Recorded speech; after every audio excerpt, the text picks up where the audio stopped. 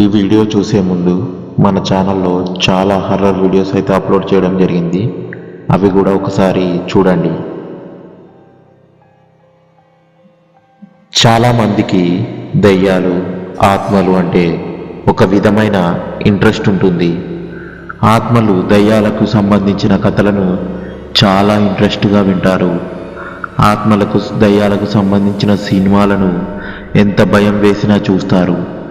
కానీ దయ్యాలు, ఆత్మలు నిజంగానే ఉంటాయా అని అడిగితే ఎవ్వరూ సరైన సమాధానం చెప్పలేరు.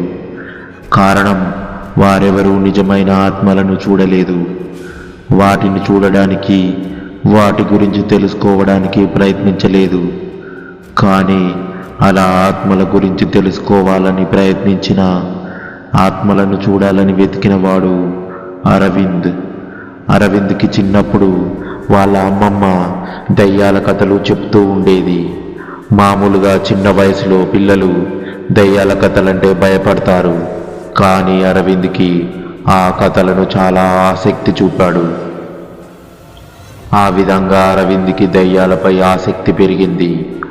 అతను మొదటిసారి థియేటర్లో చూసిన cinema a film by Aravind ద్వారా దయ్యాల మీద ఉన్న ఆసక్తి ఇంకా పెరిగింది. ఆ సినిమా అతను థియేటర్లో ఏ దయ్యం సినిమా వచ్చినా చూసేవాడు. చాలా సినిమాల్లో లాగే దయ్యాలు మనుషులనే ఉంటాయి, మనుషులతో మాట్లాడతాయి, మనుషులకు కనిపిస్తాయి, కావలసినప్పుడు మాయమవుతాయి. కానీ అరవింద్కి అదంతా నమ్మే విధంగా అనిపించలేదు. దయ్యాలు నిజంగా ఉన్నాయా, లేవా, లేదా కల్పననా అని ఆలోచిస్తే ఉండేవాడు. ఒకరోజు అరవింద్ ఒక వెబ్సైట్లో రియల్ గోస్ట్ అనే ఒక వీడియో చూశాడు. అది ఒక అతను తన ఇంట్లో జరిగిన సంఘటన గురించి తీసిన వీడియో. ఆ వీడియోలో ఒక దయ్యం కనిపించి మాయమవుతుంది. అరవింద్కు ఆ వీడియోకి నిజమైనదిగా అనిపించింది.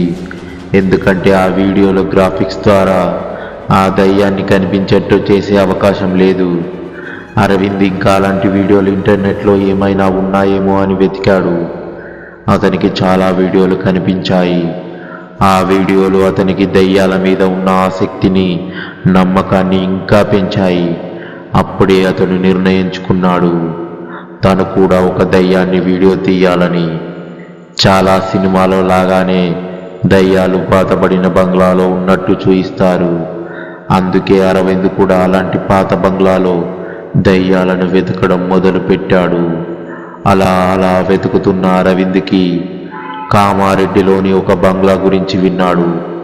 ఆ బంగ్లాలో ఒకప్పుడు ఆనంద్ అనే ఒక వ్యక్తి తన భార్య, పిల్లలతో ఉండేవాడని, ఒకరోజు ఒక యాక్సిడెంట్లో అతని భార్య, పిల్లలు చనిపోయారని తెలుసుకుంటాడు. కానీ ఆనంద్ మాత్రం ఆత్మగా మారి ఆ ఇంట్లోనే ఉంటున్నాడని, ఆ బంగ్లాకి శేషయ్య అనే వ్యక్తి వెళ్ళి మళ్ళీ తిరిగి రాలేదని విన్నాడు. ఆ ఇంట్లో ఉన్న ఆనంద్ ఆత్మ అతనిని చంపి ఉంటుందని అందరూ నమ్ముతారు. అరవింద్ ఎలాగైనా ఆ బంగ్లాకి వెళ్ళి ఆనంద్ ఆత్మని వీడియో తీయాలని నిర్ణయించుకుంటాడు. ఒకరోజు రాత్రి చల్లని గాలి వీస్తూ ఉంటే దూరంగా నక్కలు అరుపులు వింటూ ఒక వీడియో కెమెరా తీసుకొని బంగ్లాకి వెళ్తాడు అరవింద్. మెల్లగా డోర్ తీసి లోపలికి వచ్చి వీడియో ఆన్ చేసి ఆ బంగ్లాలోని ప్రతి రూముని జాగ్రత్తగా రికార్డ్ చేయడం మొదలు పెడతాడు. ఒక చోట అరవింద్కి కాళ్ళకి ఏదో తగిలినట్టు కిందకి చూస్తాడు. అక్కడ ఒక శవం పడి ఉంది. అరవింద్ అది పక్క శేషయ్యదే అని అనుకుంటాడు. దాన్ని చూడగానే అరవింద్కి భయం వేసింది. వెంటనే ఇంకేమైనా ఉన్నాయేమో అని చుట్టూ టార్చ్ వేసి చూస్తాడు. వీడియో రన్ అవుతూనే ఉంది. కొంచెం ముందుకు వెళ్ళి వెనక్కి తిరిగి చూస్తాడు. ఎవరో తన వైపు అరుస్తూ పరిగెత్తుకొని రావడం అరవింద్ గమనిస్తాడు. వెంటనే అటువైపు వీడియోని మళ్ళిస్తాడు. చూస్తే ఒక వ్యక్తి ఒక పెద్ద గొడ్డలి పట్టుకొని అరవింద్ వైపు పరిగెత్తుకుంటూ వస్తున్నాడు. అతను ఆత్మగా మారిన ఆనంద్ అని అర్థమైంది. కానీ ఆ క్షణంలో ఏం చేయాలో తెలియక అలాగే నిలబడిపోతాడు. అలా చూస్తుండగానే ఆ వ్యక్తి గొడ్డలితో అరవింద్ తలపైన కొట్టాడు. ఆ దెబ్బతో అరవింద్ స్పృహ తప్పి పడిపోయాడు. కొంత సమయం తర్వాత అరవింద్కి స్పృహ వచ్చి వెంటనే లేచి ఆ బంగ్లా నుండి బయటకు పరిగెత్తాడు. అలా రోడ్డు మీద పరిగెత్తుతుంటే ఒక కారుకి గుద్దుకుంటాడు. కార్ అతను సడన్ బ్రేక్ వేసి కిందకి దిగి ముందుకొచ్చి చూస్తాడు. అరవింద్ కింద పడిపోయి వణుకుతూ ఉంటాడు. అరవింద్ని చూసి, అరవింద్, నేను విజయ్ని, ఏంట్రా ఇలా పరిగెత్తుతున్నావు, భయంగా వణుకుతున్నావు, దేన్ని చూసి అని అడుగుతాడు. మెల్లగా లేచి విజయ్ వైపు చూసి పట్టుకొని గట్టిగా కౌలికించుకుంటాడు. విజయ్ వెంటనే కారులో వాటర్ బాటిల్ తీసి చేతికి అందిస్తాడు. అసలే పరిగెత్తి ఆయాసపడుతున్న అరవింద్ గబా గబా బాటిల్ మొత్తం తాగేస్తాడు. కొంచెం నెమ్మదయ్యాక బంగ్లాలో జరిగిన విషయం మొత్తం విజయ్కి చెప్తాడు అరవింద్. విజయ్కి అరవింద్ కళ్ళలో ఏదో మెరుపు లాంటిది మెరిసి మాయమవ్వడం స్పష్టంగా కనిపించింది. అతని మాటలు చాలా విచిత్రంగా అనిపించాయి. విజయ్ కాసేపు సైలెంట్గా ఉంటాడు. ఏంటి విజయ్, నా మాటలు నమ్మాలనిపించడం లేదా అని అడిగాడు. అందుకు విజయ్, అవును, నేను నీ మాటలు నమ్మను, ఎందుకంటే అసలు నిజమెంతో నాకు తెలుసు కాబట్టి. ఏంటి నిజం? రెట్టింపు స్వరంతో అడుగుతాడు. విజయ్, నేను ఈ ఏరియాకి సిఐని. ఒక 6 months బ్యాక్ పెట్రోలింగ్లో భాగంగా ఇలా వెళ్తుంటే ఇక్కడ యాక్సిడెంట్ అయ్యింది. అందులో ఫ్యామిలీ ఉన్నారు, భార్య, భర్త, 2 పిల్లలు. భార్య చనిపోయారు. భర్త ఒక్కడే సీట్ బెల్ట్ పెట్టుకోవడం ద్వారా కొన ఊపిరితో బ్రతికే ఉన్నాడు. వెంటనే అంబులెన్స్ తెప్పించి నేనే హాస్పిటల్లో జాయిన్ చేశా. తను నాతో చెప్పిన మాటలు విని షాక్ అయ్యా. అరవింద్, వాట్? ఆనంద్ బతికే ఉన్నాడా? నాకేం అర్థమైతలేదు. విజయ్, అవును, తన ఫ్యామిలీ మొత్తం యాక్సిడెంట్లో చనిపోయింది. తాను మాత్రం కొన ఊపిరితో ఉన్నాడు. తను చెప్పిన వివరాలను బట్టి కేసు ఫైల్ చేశాను అరవింద్. కేసు వివరాలు తెలుసుకుందామని ఆనంద్ను అడిగితే ఇలా చెప్పాడు. హాస్పిటల్లో జరిగిన సంఘటన జాయిన్ చేసిన 10 రోజులకు ఆనంద్ నార్మల్ అయ్యాక. విజయ్, హాయ్ ఆనంద్, ఎలా ఉంది ప్రజెంట్? ఆనంద్, పర్వాలేదు సార్, మీరు లేకపోతే ఆ రోజు కళ్ళలో నీళ్లు తుడుచుకుంటూ అంటాడు. విజయ్, కూల్ మిస్టర్ ఆనంద్, ఇప్పుడు మీరు రెస్ట్ తీసుకోవాలి, స్ట్రెయిన్ అవ్వద్దు. ఆనంద్, సార్, నేను ఎవరికీ ద్రోహం చేయలేదు, అయినా నన్ను ఎవరు చంపాలనుకుంటారు చెప్పు? విజయ్, నీకు ఎవరి మీదనైనా అనుమానం ఉందా? ఆనంద్, ఇంకెవరు సార్, ఆ శేషయ్యనే. తను చాలాసార్లు నన్ను బెదిరించాడు. విజయ్, శేషయ్య ఎవరు? ఎందుకు బెదిరించాడు? ఆనంద్, ఆ ఊర్లో పెద్ద మనిషి సార్, నగల వ్యాపారం చేస్తూ ఉంటాడు. అక్రమంగా లాక్కోవడం, బెదిరించడం తనకు అలవాటు. తను చెప్పిన రేటుకి కొనుక్కోవాలని చెప్పాడు. కానీ నాకు ఈ బంగ్లా అమ్మడం ఇష్టం లేదు సార్. ఎలాగైనా సొంతం చేసుకోవాలని నన్ను చాలాసార్లు బెదిరించాడు. నేను వినలేదు. దానికి ఫలితం లారీతో గుద్దించాడు సార్. నా కుటుంబాన్ని నాశనం చేశాడు సార్ అంటూ ఆనంద్ ఏడుస్తున్నాడు. Vijay, control yourself. Anand, please ఏడవకండి. ఆ శేషయ్యని ఎలాగైనా పట్టుకొని శిక్ష పడేలా చేస్తా. విజయ్ అక్కడి నుండి బయలుదేరి స్టేషన్కి వెళ్తాడు. శేషయ్యకి హాస్పిటల్లో ఉండే నర్సు ద్వారా ఆనంద్ బతికే ఉన్నాడని తెలుస్తుంది. ఒకరోజు రాత్రి శేషయ్య హాస్పిటల్కి తన మనుషులతో వస్తాడు. ఆనంద్ నిద్రపోతుంటాడు. నర్సు శేషయ్య వాళ్ళకి ఆనంద్ ఉన్న బెడ్ చూయించి బయటకు వెళ్ళిపోతుంది. శేషయ్య ఆనంద్ ఉన్న బెడ్ దగ్గరికి వచ్చి ఆనంద్ అని అరుస్తాడు. నిద్రలో ఉన్న ఆనంద్ ఉలిక్కిపడి లేచి, ఆనంద్, ప్లీజ్ నన్నేం చెయ్యొద్దు.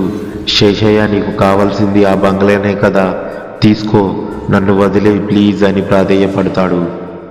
శేషయ్య, అది కాదురా, నేను అడిగినప్పుడు నువ్వు ఇవ్వలేదు. చూడు, నీ ఫ్యామిలీ మొత్తాన్ని యాక్సిడెంట్ చేయించా, కానీ నువ్వు బ్రతికి సాక్ష్యంగా మిగిలిపోయావు. అది కూడా లేకుండా చేస్తే శత్రుశేషం లేకుండా అవుతుంది. వికట్టహాసంగా నవ్వుతున్నాడు శేషయ్య.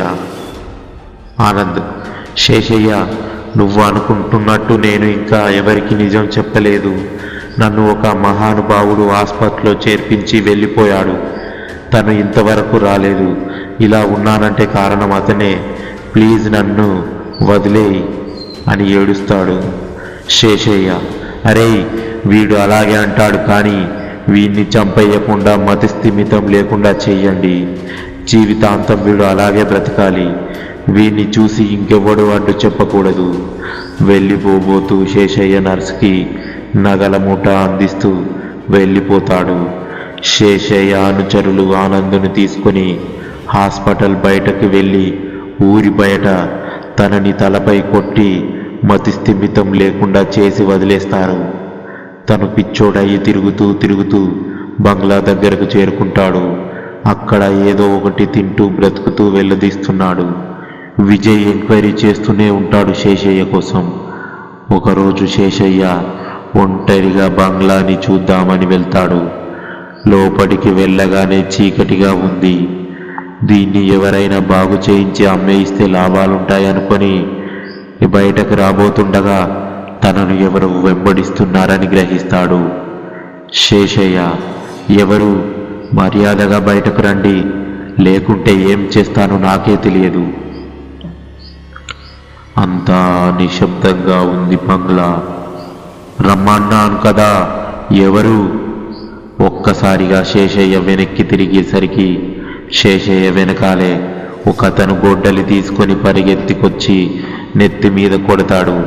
అక్కడికక్కడే కుప్పకూలిపోయాడు శేషయ్య.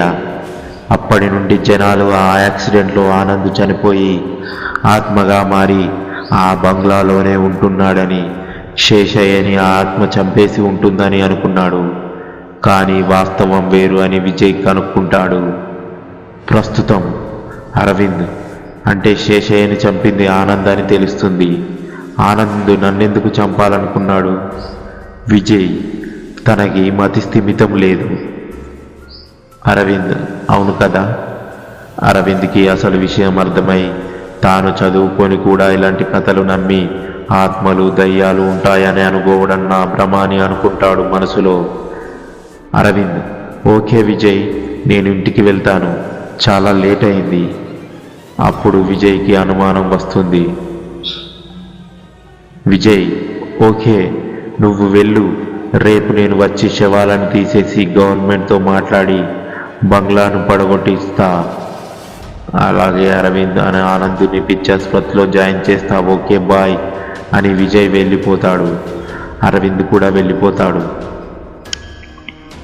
ఆ తర్వాత రోజు మార్నింగ్ విజయ్ బంగ్లా దగ్గరికి వచ్చి చెక్ చేయమని చెప్తాడు. ఇంతలో ఆనంద్ కొట్టడానికి వస్తే అతన్ని పట్టుకొని అంబులెన్స్లో ఎక్కిస్తారు. ఆ బంగ్లాలో 2 శవాలను బయటకు తీస్తారు. విజయ్ ఆశ్చర్యకంగా శవాల దగ్గరికి వెళ్ళి చూస్తే ఒకటి శేషయ్యది, మరొకటి చూసి షాక్ అవుతాడు విజయ్. విజయ్, అది అరవింద్ శవమే భయంగా అంటాడు. కానిస్టేబుల్, అవును సార్, ఇది అరవింద్దే. విజయ్, మరి రాత్రి నాతో మాట్లాడింది ఎవరు? అసలేం జరుగుతుంది ఇక్కడ? కానిస్టేబుల్, ఏమంటున్నారు సార్? అర్థమైతలేదు. విజయ్, అవును సుందరం, రాత్రి నాతో మాట్లాడాడు. జరిగిన కథ మొత్తం చెప్తాను తనకి. ఇక్కడ ఏదో జరుగుతుంది, నాకు తెలియాలి, అదేంటో. సుందరం ఇంకా బంగ్లాని క్షుణ్ణంగా పరిశీలించడం మొదలుపెట్టాడు. ఏమైనా క్లూస్ దొరుకుతాయేమో అని. Constable, okay sir. అలా అక్కడ వెళ్ళి వెతకగానే విజయ్ కాళ్ళకి ఏదో తగిలినట్టు అనిపించింది. కిందకి టార్చ్ వేసి చూస్తారు. కింద వీడియో ఇంకా రికార్డ్ అవుతూనే ఉంటుంది. విజయ్ అది తీసుకొని బయటకు వచ్చి ల్యాప్టాప్కి కనెక్ట్ చేసి వీడియోని చూస్తాడు. చూసి ఒక్క క్షణం షాక్ అవుతాడు. వీడియో నైట్ అరవింద్ని ఆనంద్ గొడ్డలితో కొట్టడంతో అక్కడే కుప్పకూలుతాడు. వీడియో రికార్డర్ వెళ్ళి గోడకు తగిలి ఆపోజిట్ డైరెక్షన్లో పడి అరవింద్ స్పష్టంగా కనిపించేటట్టు రికార్డ్ అవుతుంది. కొంతసేపటికి అరవింద్ ఆత్మ పైకి లేవడం, బయటకి వెళ్ళడం అన్నీ రికార్డ్ అయ్యాయి. అరవింద్ శవం అలాగే పడిపోయి ఉంది. Vijay, stop video. అంటే నేను నిన్న మాట్లాడింది ఆత్మతోనా? ఒక్కసారి చెమటలు పడతాయి విజయ్కి. ఇలా కూడా జరుగుతుందా అనుకుని వీడియోని క్లోజ్ చేసి జీపులో బయలుదేరతాడు. ఆ వీడియో ప్రూఫ్ తీసుకెళ్లి కేస్ ఫైల్ క్లోజ్ చేస్తాడు విజయ్. ఆత్మల గురించి తెలుసుకుందామని బయలుదేరిన అరవింద్ తానే ఒక ఆత్మగా మారిపోయాడు. నెక్స్ట్ పార్ట్ ఏం జరుగుతుందో తెలుసుకోవాలనుకుంటే వెయిట్ ఫర్ ద వీడియో. ఈ వీడియో మీకు నచ్చినట్లయితే లైక్ చేసి మీకేమనిపించిందో కామెంట్ రూపంలో తెలియజేయండి. అలాగే మరిన్ని వీడియోల కోసం సబ్స్క్రైబ్ చేసుకోండి. Thank you for watching videos. A film by Aravind ఆత్మ.